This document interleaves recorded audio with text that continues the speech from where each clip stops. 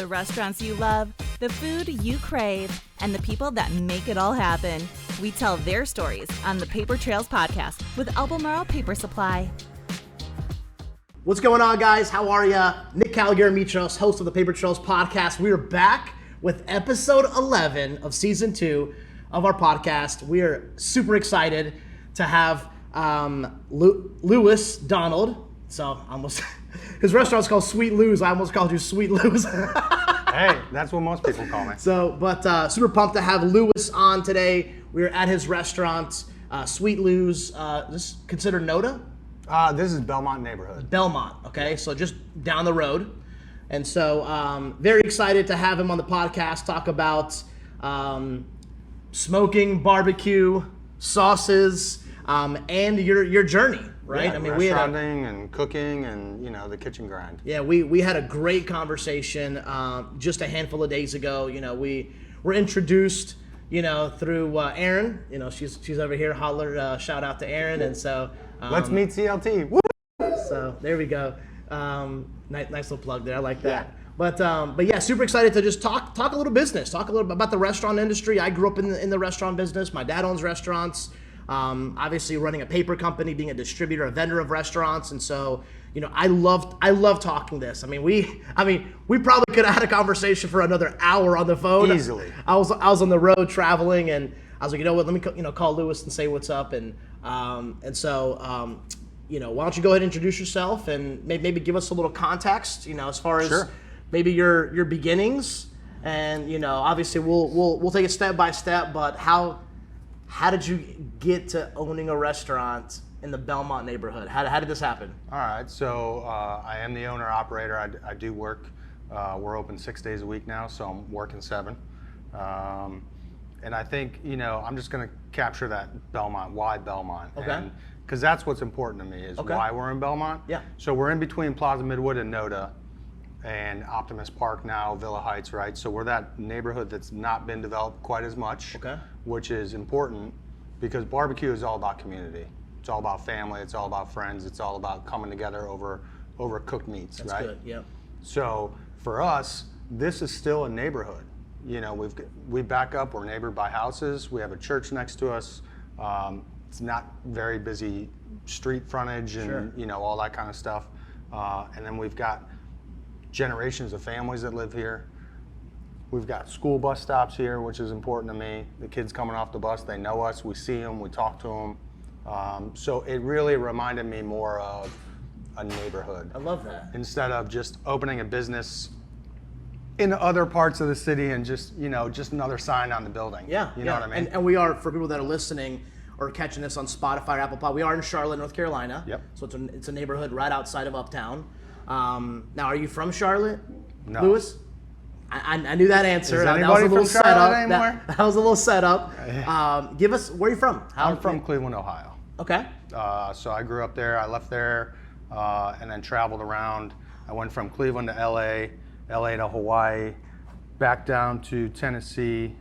Now, was that childhood or adulthood you were traveling? Adulthood. Okay. It's 17 Okay. to 19 to 20. What took you to LA? How did that happen? From Cleveland to LA? Yeah. How did that happen? Following love, buddy. Nice. I love it. And then followed to Hawaii. Okay. And then figured out that I didn't know what love was because I was only 19. So then I had the time of my life for another 2 years and then moved to Tennessee. Now, were you working in restaurants the whole time? Absolutely. Okay. I did work, when I was in Hawaii, I did work at Home Depot. Okay. Which was great experience too, but always had a part-time job in the kitchens.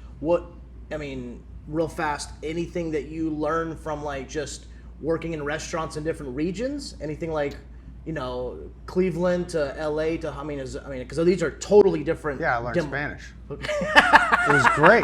I mean, honestly, I'm dead serious. When I went from Cleveland, Ohio, working in kitchens to LA, I learned kitchen Spanish. You know, it's not like I'm very fluent or anything. No, I get it. But enough to get around a kitchen. Sure. Okay. So yeah, that made a big difference. I love that. All right. And then you made your way back from Hawaii? Yeah, I went to Tennessee, and then from there I went down to Georgia and started working in country clubs. Did an apprenticeship down there in Buckhead. Okay.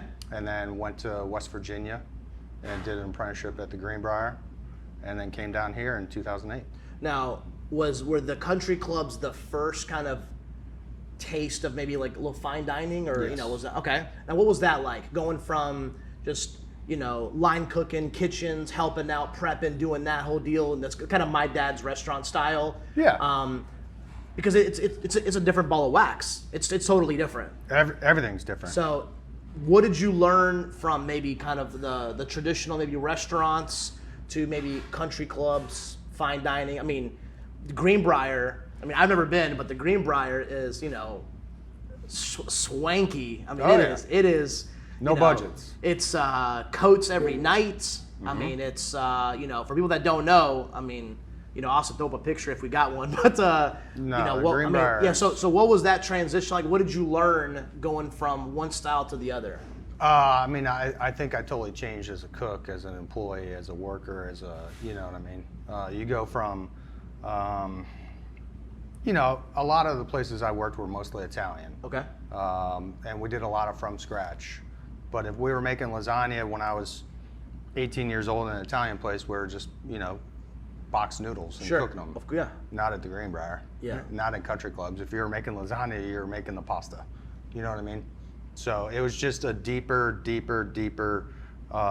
into the ingredients and, the preparation and all that kind of stuff. I love that. And just becoming a better cook and employee. I love that. That's awesome. So apprenticeships. Yep. Now here's something good. If there's somebody listening that would like to get into the restaurant industry, would you suggest getting apprenticeships? Would you suggest starting? I mean, what I guess coming from both sides now, what are some suggestions?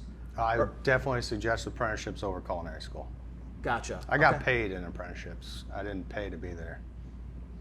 I mean, listen, I've interviewed a lot of different chefs that have been at different schools, and the amount of money that these, from I haven't been, but from what they tell me, the amount of money that they're paying nowadays. We just talked to Chef Chris Coleman, and he went to CP, and he's like, man, he's like, I recommend CP. Yeah, it's a here great in Charlotte. Yeah, he's like, you're paying a fraction of what you would pay if you went to another high-end institution, but sure. Anyway. Well, I think, all right, so let's talk about that if you want to talk about that for a minute. Here's the thing. Apprenticeships are hard to come by. Yeah. A true apprenticeship. Sure. I think right now you've got the Greenbrier in West Virginia, you've got the Broadmoor out in Colorado. Yeah. You've got in Nashville, there's a resort there. I can't remember the name of it off the top of my head, but when you talk about apprenticeships in the Greenbrier, I think they just graduated their 66th class back in January. There's been only 356 graduates. Wow. So that's an apprenticeship. Going and working somewhere and just working 6 days a week, 14 hours a day, is not necessarily an apprenticeship. I mean, and getting paid peanuts. 100%. You know what I mean? Depending on the owner, depending on who's made it, you know what I mean? There's a lot of variables there, but for the most part, you're right. It's a job. There's a difference. You're an employee. Yeah. Do a job. Don't say anything. I think, but to clarify, I think apprenticeships, they give you the Greenbrier where I did mine, and even the Cherokee Town and Country Club. We had 5 different restaurants. We had banquets. Wow. We had, 2 facilities that were 9 miles apart. So we got different exposures. Sure. You don't get, I never went to culinary school, but you don't get real life scenarios in culinary school where you have customer situations, you have this, you have that. Yeah. You're not going to get that. Yeah. Unless you're in an apprenticeship. Yeah. Where you're I love that. So great suggestion. Great input. And so, all right. So you started there. Yep. Country clubs, Greenbrier. You're learning. How do you even get into an apprenticeship like that? You just apply as an application. So at Cherokee, I did an apprenticeship, 2-year apprenticeship under a chef there that I got in by word of mouth for the guy I was working for in Tennessee. So it was more referral there. That was a referral. And then when I was there, I learned about the Greenbrier and what it was and all these things and, the apprenticeship program. And I was only, what year was it? I was like 22, 23 maybe.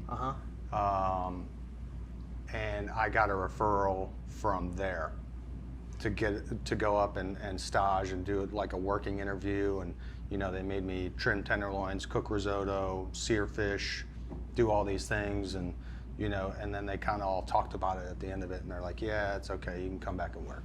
Cool. All right, so it's more referral based, it sounds Yeah. like. So you got to be recommended. Someone's got to, you know, that's cool. I like that. All right, so how does that transition into? So you're apprentice, you're learning, right, and then you end up in Charlotte. Yeah, so I mean, basically at the end of your Greenbrier apprenticeship, the tools you're given to succeed. You're given the tools to run kitchens. You're given the tools to manage people. You're given the tools to put on banquets for 900 people. You're given the tools to cook, you know, plated dinners for, you know, gold service is what they call it up there, and that's the highest level of service. You know, so 11 to 18 touches per plate and this and that, you know, for 500 people. You know, you're given all those tools to organize and manage and, you know, timelines and cleanliness and whatever. So I got a job, word of mouth again, at Charlotte Country Club. Okay. Back in '08 when they were doing their major renovation before their 100-year anniversary. Okay. And I was the executive sous chef there. Okay. And we went through 2 renovations, and then the 2010 Women's Amateur Open they had. Was that your first? That was your first job after your apprenticeship? After my apprenticeship. So what was that like? Actually putting into practice, executing all the stuff. I mean, was it smooth transition? Was there still? No. Was there still? Oh, you know, tell us, kidding me? Lewis. You know, how was? I mean, what was the experience like? You know, Well, who all is going to hear this? Big. I don't know. I've changed a lot. The world. They would not have called me Sweet Lou at Charlotte Country Club. I promise you that. Hey, we're all grown and changing, okay? Yeah, there you go. I mean, that was 12 years ago now. You know, you get going from the Greenbrier, which, you know, to me is always going to be the highest level of anything in the world, only because of the way they do it, how they do it, for how many people they do it at night, right? Yeah. And to go to a smaller environment and learn about budgets and learn about members and what they want, and you know, you have to do what they want to a degree. You got to learn to put the ego aside. Managing people that aren't always there for the same reason you are. You know, for some people this is just a job. For some people this is a career. For some people this is a livelihood. For some, you know. Yeah. And it's a good point. It's all different, right? I made some good relationships with Charlotte Country Club, still have some to this day, but for the most part, I would say my ego was humbled, if you will, you know, just in the change. And, you know. Which, I mean, listen, that can be a very, I mean, thanks for sharing that, because, like, you know, that could be a very sensitive topic, but, you know what, I mean. I wouldn't have said that 13 years ago. I fought it. I fought every day. Sure. You know, no, I mean, it's a great conversation piece, and you know, maybe there's some people listening that maybe are in that position and need to understand. Listen, you know, we all have different perspectives. We all have different, you know, and maybe we're good at this one thing, and it's good to have a healthy ego in this lane. But maybe there's 7 other lanes that we don't know about. And, and like we can learn from other people and absolutely, you know, eat some of that humble pie and be like, all right, listen, you know, maybe I don't, but or a couple, or. So, no, I mean, it was good. Yeah, you know, yeah. it was all positive at the end of the day. You know, between relationships and how I grew as a person and as 100%. A leader. I think leadership is different than management, obviously. And I think that had I not gone through that, because I mean, I was only 28, 29 years old. You know, so I still had a lot to learn anyway. 100%. I don't think that I would have what I have now in terms of, you know, we've been open 2.5 years, and most of my staff has been with me since day one. It's awesome. And it's a small staff, so. It's awesome. I love that. Okay. So Charlotte Country Club. Yeah. And then from there, Carmel Country Club. Okay. And then I got out of the industry for a little while. Now Carmel, there's only one thing to say about Carmel. Okay. If you know Carmel Country Club. I don't, but it's go a ahead. Blast. Okay. Oh my gosh. Huge property, great membership, very fun. And always pushing the envelope to do more and more, and it's very family oriented. Wow. So shout out to Carmel Country Club. Yeah, Carmel's great experience at Carmel. Okay. But I got burned out, just like everybody else. So I went and started working for Inland Seafood, selling fish. Okay. What was that like? So you're Miserable. that's on my side. That's now you're a vendor. I was a salesman. Okay. So what was that like? Just seeing the other side of the fence, now supplying restaurants, supplying businesses, rather great. than actually operating. It was great. The experience I gained, everything I do, positive or negative, I always try and get the experience out of it 100%. until I can just drain it all and figure it all out. Sure. Which is why I'm now not that guy when you call me and tell me you got shorted. Like, I don't cuss you out. You know, like, I understand things happen. We wish you were. All of our customers were like. I mean, it did. It I'm happens. kidding. We have great customers. But no, it taught me a lot, especially working with fish as compared to like dry goods or something. No offense, but Yeah. you know. Yeah, our stuff's boring. Well, you would expect if you call up and you order a case of pasta. I mean, there should be like 100,000 cases somewhere, right? Yeah. You know, it shouldn't be a big deal. Yeah. But when you call and you're ordering fresh fish, it's a major difference. That's a good point. I didn't think about that. Yeah, you know, because you think you got 1,000 pounds of whole halibut. Well, depending on who's cutting it, how much it yields, you know, the weights are all going to be different. Yeah. So you might have sold 500 pounds of fillet, but you only yielded 400. So now you're 100 pounds short Yeah. to people that don't know until the truck gets there. So customer service and just learning how the manufacturing side of it all works, margins, all those types of things, and still have great relationships with all those guys today. That's awesome. Actually, I need to text them and get my order in for tomorrow. Nice. But it was great. It was a good experience. I did it for one full calendar year, Okay. day to day, 365. No kidding. On the day. That's all I could do, man. I couldn't sit at a desk. Lewis is an operator, man. He wants to be in the kitchen. did. That's it. I just couldn't. I couldn't sit at a desk. I couldn't. I had a hard time adjusting lifestyle. And I've had this conversation with many people that have worked for me since. You know, you think it's great, you think it's going to be awesome. Yeah. Weekends off, no nights, no holidays, Yeah. blah, blah, blah. But man, when you really try and adjust your life, if you've been doing it for a while, Sure. it's hard. Yeah. You know, you almost get lost out there. Like, oh, it's Saturday. I should be getting my, you know. Where's my apron? I need to be Yeah, ready. dude, I got to get to the cutting board. I got to get this done. Where's my prep list? No, mow the lawn? No, I'm not into that.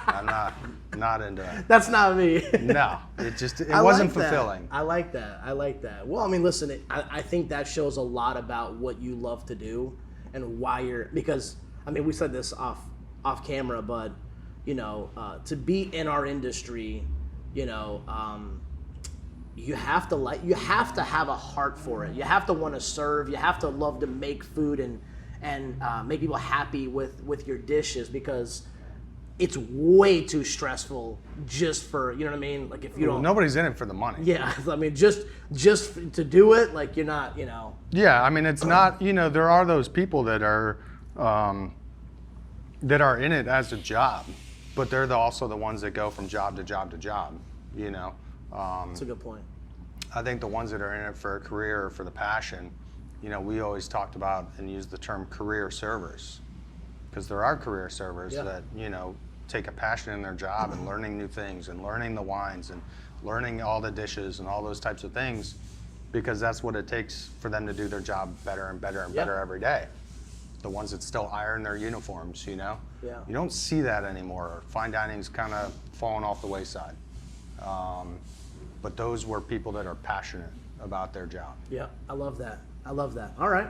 So after seafood vendorship, Yeah, how did? Right back in the kitchen. Okay, where at? Reed's Fine Foods. Okay. So they had their one operation on Selwyn Avenue. Okay. They were expanding to the South Park location. Okay. And in that, they owned a warehouse that would provide and produce 75 to 100 fresh and frozen items for their stores under their own private label. Okay. So all that encompassing was what I was basically in charge of. How was that? For the food, for like the deli, catering. Okay. I didn't do the butcher shop. I didn't do any of that. It was good. It was a challenge. It was a family-owned company, so that was always different. Working with budgets. They're local? Mm-hmm. Okay. Yeah, Reed's has been here since 1920. So been 100 years, 101 years. Yeah, they've been Wow. around. If you're familiar with Charlotte, 7th Street Market. Yep. I think we talked about it. We did. Yeah, so 7th Street Market was actually originally built in 2000 as Reed's Fine Foods. Okay. The whole thing was the grocery store. So it's like a grocery store feel, right? Correct. Back then. Yes. Now, it's under new ownership since 2010, Okay. maybe 11. And the guy that owns it now is more of a fine food store, competed heavily with Dean and DeLuca. Gotcha.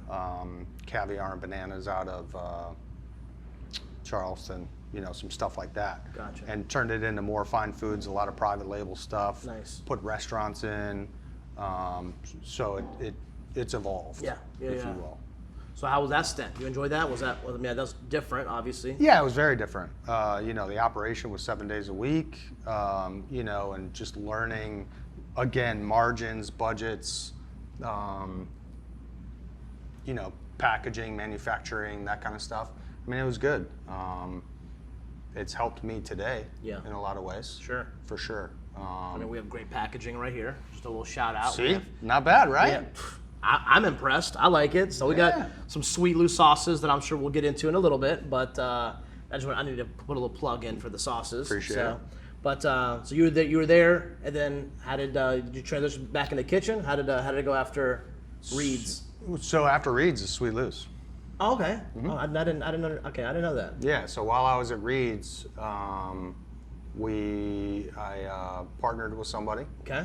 And Now, did you have an inkling that you wanted a restaurant? Like, was it like, okay, I've been here for a little while, but I want to get back in the kitchen? How did the whole concept of Sweet Loose even come Reed's, about? I was in the kitchen. Okay. I ran, we had a deli, we had full kitchens. Okay, so you were there. Oh, I was back in the kitchen. Okay. Yeah. I think what happened was, over time, over my less ego, maturity, learning, hard knocks, whatever, I went from wanting that next 5-star restaurant tasting menu to, I just want to feed the masses, to, I just want to work every day in a t-shirt and shorts, to barbecue shop. Now, have you done barbecue before? As a profession? Yeah, I mean, like, have you done barbecue? Mm-mm. So it's new to you? No, yes and no. So at the Greenbrier, believe it or not, barbecue is huge at the Greenbrier. I would not have expected that. Yeah, we actually they have a barbecue chef, and they have somebody in a team. Okay. That carries out all the barbecues. There's, the Greenbrier is a huge 6,500 acres or whatever, so they have a bunch of different venues on the property, and barbecue's huge. And the guy that ran the barbecue team while I was there, Ken Hess, County Smoke, Lynchburg, Virginia. Small plug. Yeah, there we go. I love doing that, by the way. He's that's the first time I looked at the camera. I'm such an extrovert. If any way I can, like, hey, dude, he's my boy. If you can get him awesome. on the scroll somewhere. So Ken Hess, when I lived in White Sulphur Springs, I had a house, and then 2 doors around the corner was Ken Hess. That's the guy's name. Okay. And he was Uncle Ken to my kids. Okay. But he had a trailer smoker, and he did a lot of competitions. Wow. And we actually, I don't know, you know who Steven Reichlin is? Mm. He's a barbecue guru guy. Okay. Well, he had like a PBS film special. Okay. And every year he would come to the Greenbrier, and they filmed it there. Nice. I mean, it's whatever. Yeah. But, Ken Hess was the barbecue guy. And before he left, and before I left, he actually had big guys come in, Chris Lilly out of Big Bob Gibson's Dr. Barbecue, and somebody else, and started doing this 4-day barbecue series for country club chefs. Nice. So that's how I got into barbecue, in terms of, and it was a little bit different, more fancy up there, but we did serve brisket, and we did do pork, we made our own sauces, all that kind of stuff. But, smoked lobster, smoked scallops, smoked quail, stuff like that. But that to me was a time in my life when all of us apprentices would hang out with Ken Hess. Yeah.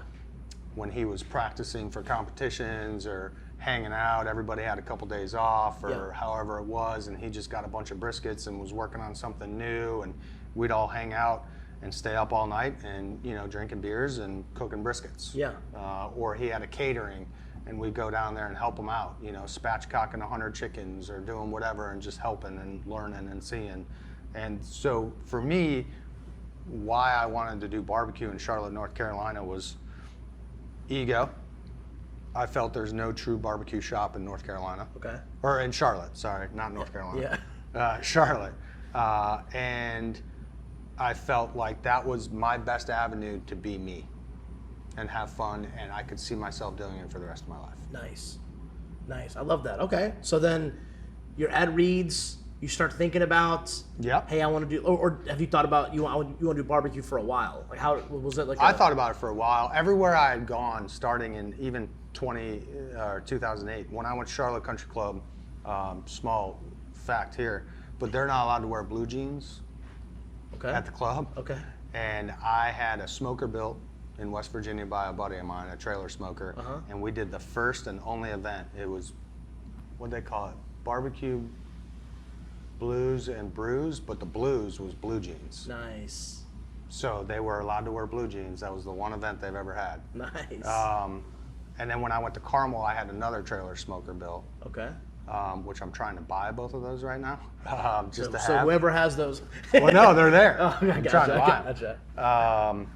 So everywhere I go, and then Reed's, I borrowed the one from Carmel one time to do like a rib event. And So you've always had a little like thing Always. for barbecue. Okay. ever since the Greenbrier. Okay. Because the barbecue to me in Cleveland, Ohio, growing up was hamburgers and hot dogs. Gotcha. But then I've spent more than half my life now in the South. Yeah. And I learned what a barbecue really is. Gotcha. Does that make sense? So you were always kind of Always had looking, my hands in it. yeah, head on a swivel, seeing if you could find a place maybe, and For sure. That's awesome. So you ended up picking this location. Belmont neighborhood. All right. So is it first restaurant that you started? Yes. Okay. Tell us about that experience. What was it like opening your first store? I love asking the question because there's so many learning curves, right? Because there's a lot of, people want to, I think for the most part, not everybody, but people would like to own a business, I think. All right. Sure. But they just don't know how much there goes into design, plates, permits, construction, remodel. There's like, it's a huge learning curve. Oh, my first. So, all right. So, in the real estate side of it, I had a good buddy, Charles Thrift. He does real estate here in Charlotte, North Carolina, and John Lambert. Little plug. Yep.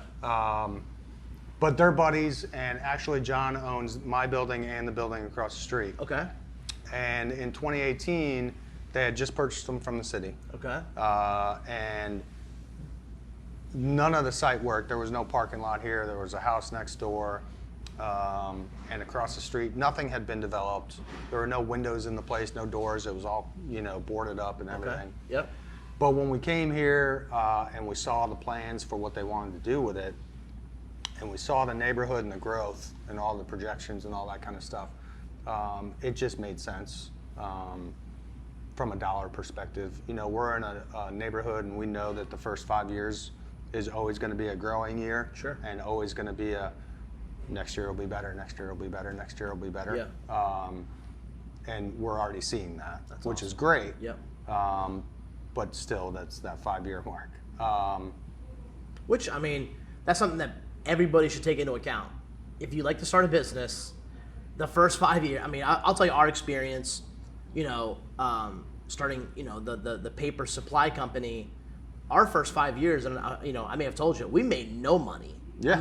I'm not even kidding. Like, we may have made $500 a month, and I think we paid ourselves like 8 out of the 12 months, because anything the company was making, which paper margins are small, was going back into the business to buy Every an time. extra 4 pallets of trash bags to get the cost down 28 cents per bag. So then I made better margin and profit on the next time that I sold you those trash. Everything was going. Always. So we're working during the day and then working at night at my dad's restaurant to actually pay my bills, because I was, it's just, business ownership is awesome, and you can make some money and be successful, and hopefully you make a lot of it. I wish everybody the most success, but you better be prepared. I remember asking my dad this, Louis, for a long time ago. I said, Dad, when was the first time that you guys started making some real money? They've had up to 7 restaurants. Oh, wow. We have 4, 3 that we operate, 1 that we have some partners at. And he said, 10, 11 years. He's like, everything was going, every year we were updating, you know, the tables that we had at first weren't great, and then we got new, I mean, everything was going back, we were just updating the business. I just refinished my tables last week. I mean, literally, yeah, everything. Personally. Yeah, so I get it, but what are some things that you learned? You know, maybe opening it up, and then maybe your first year. Well, let's see, I left Reed's in January of 18, and through my relationships, I went back to Inland Seafood. Okay. And worked for them like, I don't know, 5-6 hours a day just to make a little bit of money while Sure. I manage this project because they're right around the corner. Okay. But part of why we got into here and we knew the 5-year mark was just because of the real estate market in Charlotte. It's crazy. It is crazy. So hopefully in 5 years I'm laughing at everybody. Yeah. That's the idea. Okay, good. I think the first rude awakening I had when we talk about the restaurant industry is they told me, and I can't remember the exact number, but like 65 days to build this out, start to finish. Cool. So I had it in my mind that this thing was going to be done end of August, early September. Which, if you don't know, I mean, that's fast. Well, right? Because what we did was I used the same, so they didn't start the site work and the landlord work, like the windows and the patio, all the concrete pouring and the whatever. We did it together. Gotcha.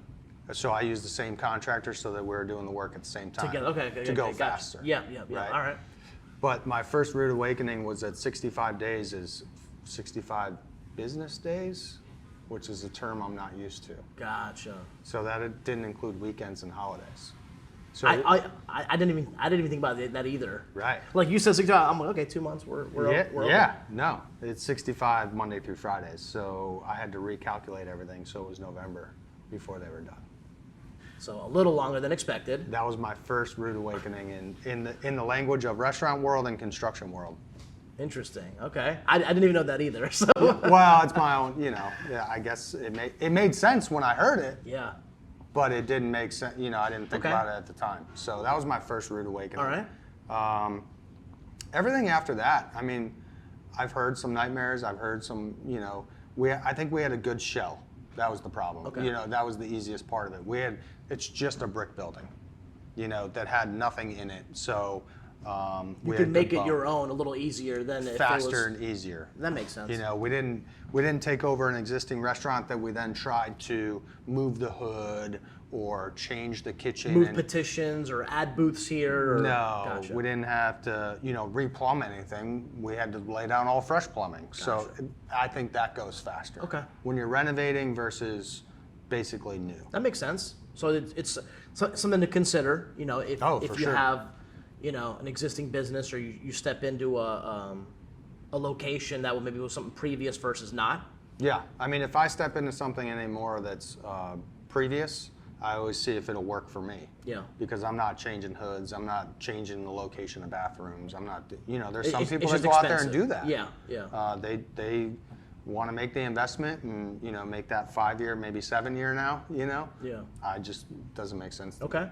So anything else that you learned maybe from opening or that first year maybe? Oh man, come on. Yeah, of course. Tell me, I want to know. What'd you learn? What did I learn? What are the hardships that maybe people are not gonna understand or get, or you know what I mean? I mean, because you know they see Lewis now. Yeah. 2.5 years later, and the neighborhood is thriving. Yes. And there's Plaza down the street, and Belmont now is kind of popping off, and it's they see it now. Right. And they see this nice box, and we got sauces, you know. But what was the beginning like before you had sauces and packaging, and like what was that? You know, tell us about that. Well, the beginning was, so I think every Charlotte restaurateur kind of goes through the same thing. Everything new in Charlotte is great. You know what I mean? Yeah. And we kind of touched on that the other day. You know, it's the, you know, the first 90 days. Awesome. Yeah. Great. You're getting tons of press, tons of free press. Booming. Yep. Everything's going well. Sales are through the roof. Everybody's crushing it. Yeah. Everybody's having a good time, making That's good a good money. point. You know, it's a good environment to be in. But then there comes that time where in Charlotte you constantly have to reinvent yourself. You constantly have to, when I was at Charlotte Country Club, the one thing I learned there, because it is a membership, right? The saying was, what you did today isn't good enough tomorrow. It's good. I mean, it is, but me and my ego that I still have, I won't do that. I'm not doing this. Yeah. I tried that the first year. Yeah. You know what I mean?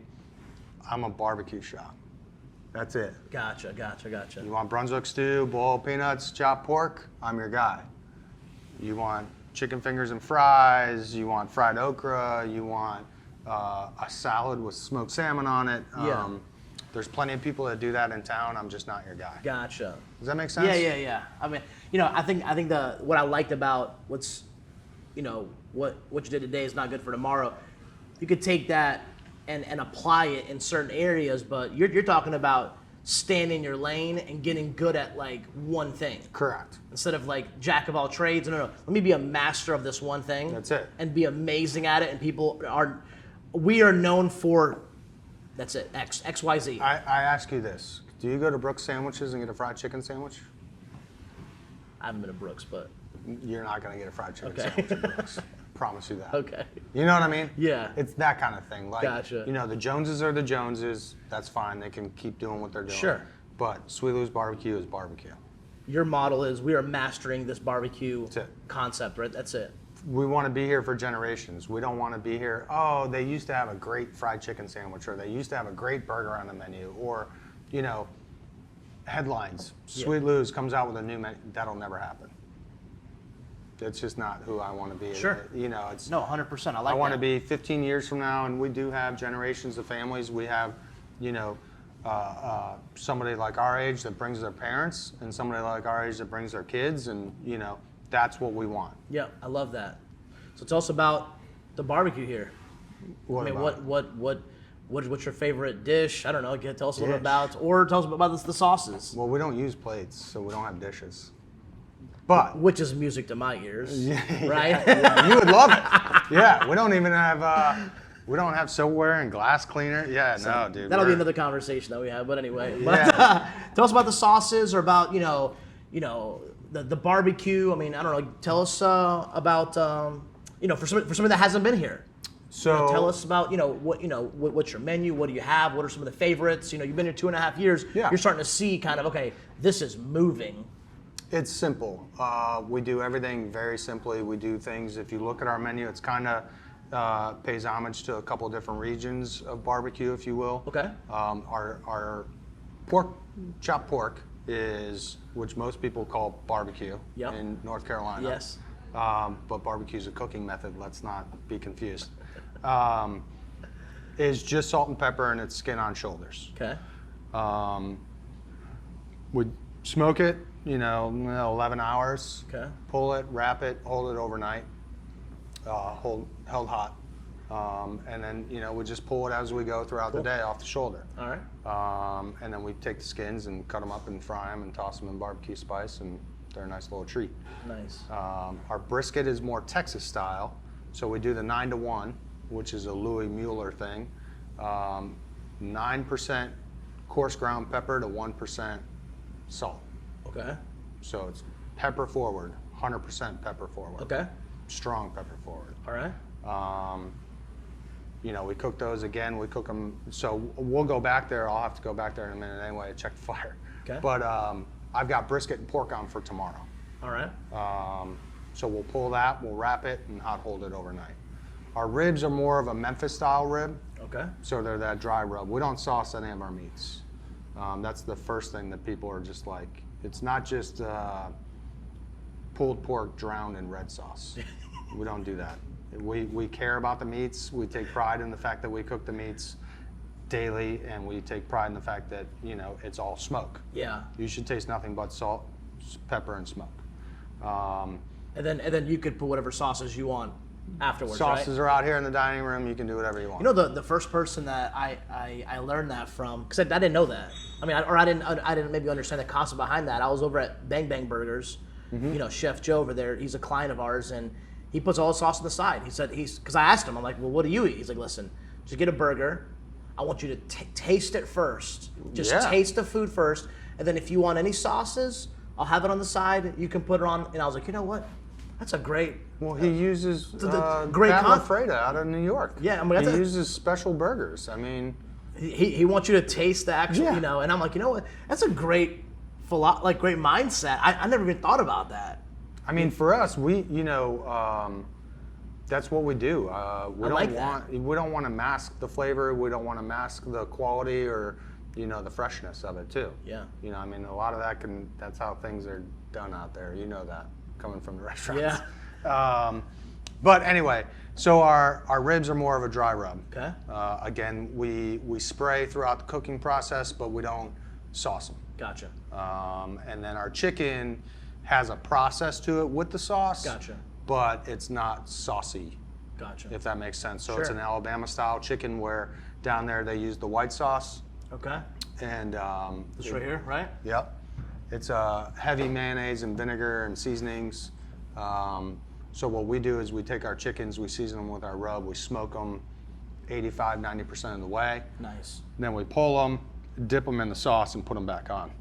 Love it. Love it. So it kind of glazes it, gives it a little tenderness. So these are all your sauces? Those are our sauces. Tell us about the sauces. What's happening here?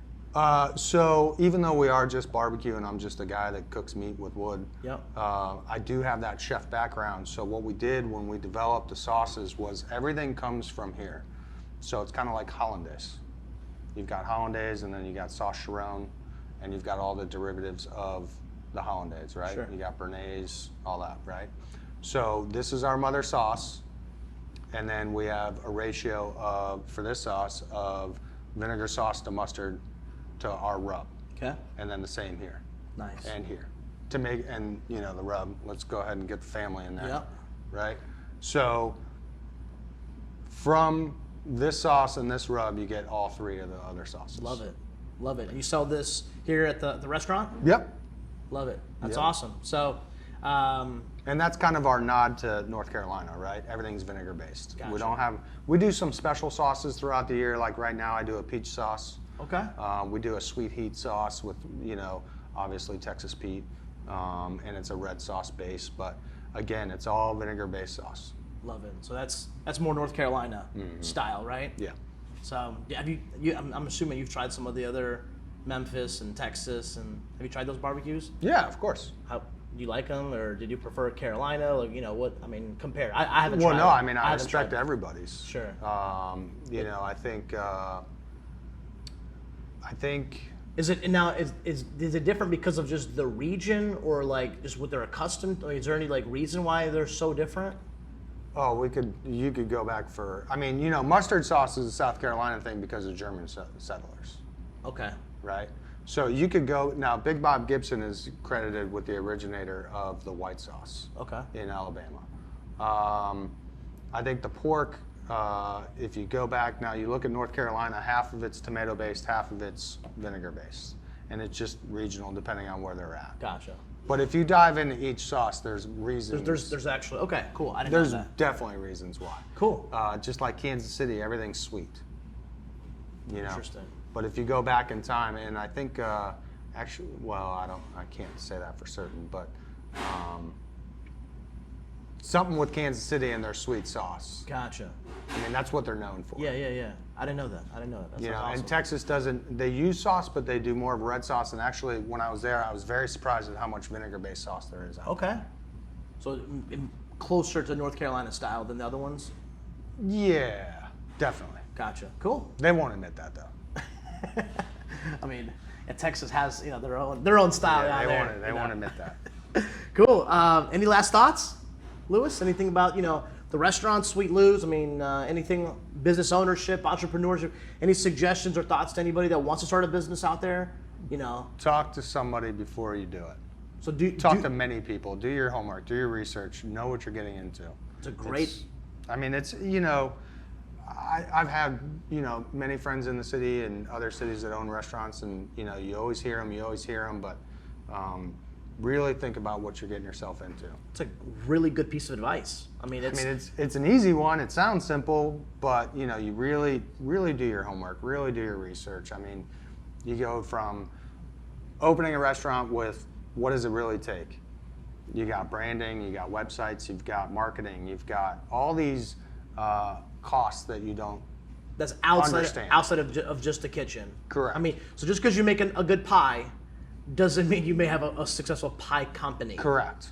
So there's Are there people that cook better at barbecue than me that don't own restaurants? Oh, absolutely. I'm sure there are.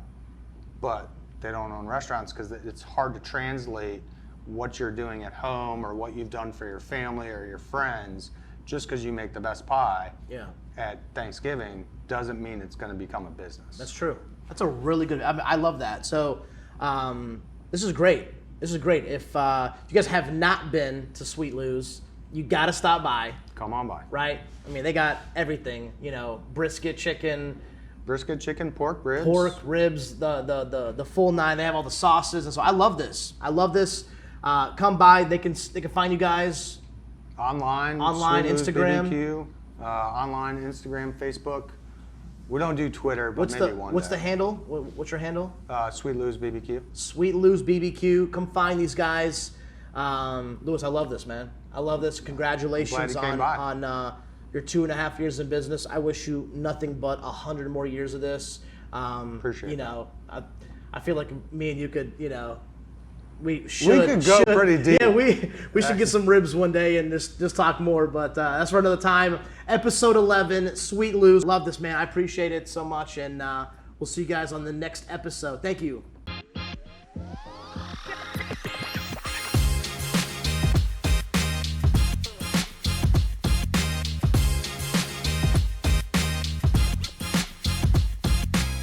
The restaurants you love, the food you crave, and the people that make it all happen.